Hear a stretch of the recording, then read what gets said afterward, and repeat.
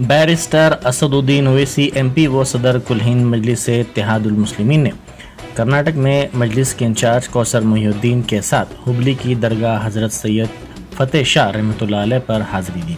उन्होंने सलाम पढ़ा। 1780 में इसी दरगाह शरीफ पर शेर मैसूर टीपू सुल्तान ने अपनी फ़तेह के लिए हाज़िरी दी थी और दुआ की थी।